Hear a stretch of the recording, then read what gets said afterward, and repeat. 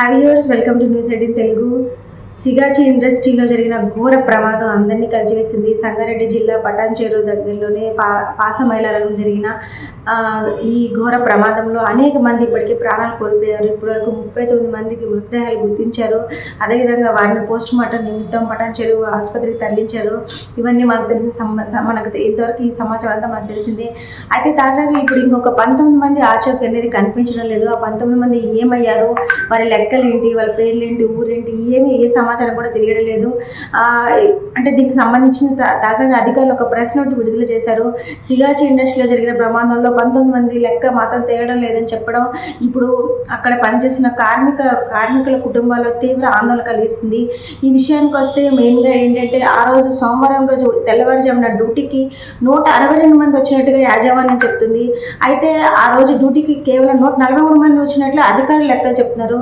దీంతో ఈ తేడా అంటే ఈ వారు చెప్పిన నెంబర్కి వీరు చెప్పిన నెంబర్కి 19 మంది అయితే తేడా కనిపిస్తుంది. ఈ 19 మంది ఏమయ్యారు, అసలు ఈ 19 మంది లెక్క ఏంటి, వాళ్ళు ఎవరు, వాళ్ళు ఎక్కడున్నారు, ఆచూకీ ఏంటో తెలియక అటు అధికారుల లెక్కలు నమ్మాలా, ఇటు యజమాని చెప్పిన లెక్కలు నమ్మాలా అర్థం కాక కుటుంబ సభ్యులు తీవ్ర ఆందోళనకు గురవుతున్నారు. ఇప్పటికే చాలామంది వాళ్ళ మృతదేహాలు కూడా వాళ్ళ కుటుంబ సభ్యులకు సంబంధించిన కనీసం ఆయన బతికున్నాడా లేదా అనే విషయం కూడా తెలియకుండా, కనీసం వాళ్ళ డెడ్ బాడీ కూడా కనిపించకుండా ఉన్న పరిస్థితి.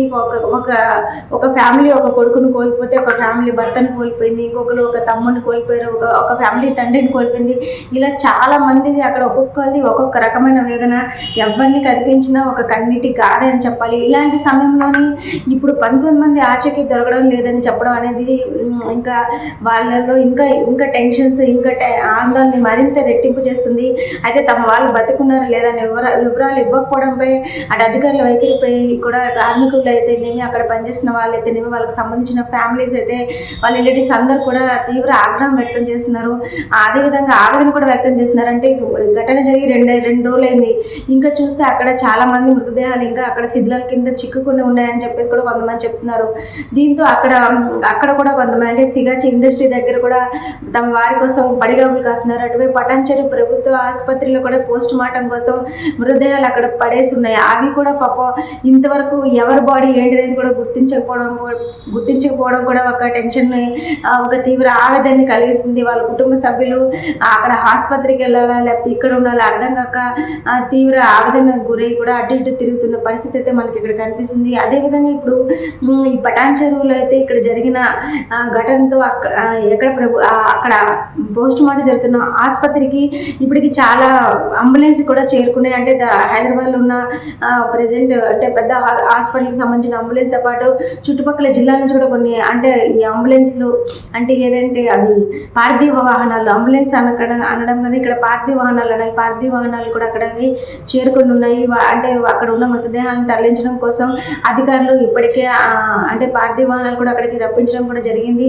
సో ఇక్కడ ఏంటంటే ఇప్పుడు మెయిన్గా ఈ 19 మంది ఎవరు, వాళ్ళు ఎక్కడ మిస్ అయ్యారు, ఏంటి, అసలు డ్యూటీకి ఎంతమంది వచ్చారు, ఈ అన్నిటి మీద అయితే స్పష్టత రావాల్సింది.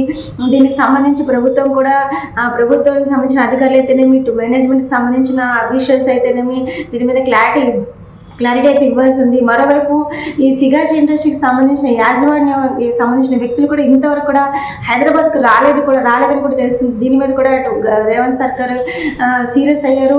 ఇంతవరకు సిగాచి యాజమాన్యం అనేది ఇండస్ట్రీని అక్కడికి రాకపోవడం ఏంటి, ఆ కార్మికుల్ని కనీసం అక్కడ ఉన్న పరిస్థితిని చూడకపోవడం ఏంటని కూడా సీరియస్ అయిన సందర్భం అయితే మనకు తెలుస్తుంది. ఇది ఇప్పటివరకు ఉన్న ఈ ఘటనకు సంబంధించిన అప్డేట్స్. మరిన్ని అప్డేట్స్తో మళ్ళీ మేము ముందుకు వస్తాం. అంతవరకు news 18 Telugu YouTube channel subscribe చేయండి, లైక్ చేయండి, షేర్ చేయండి. Thank you.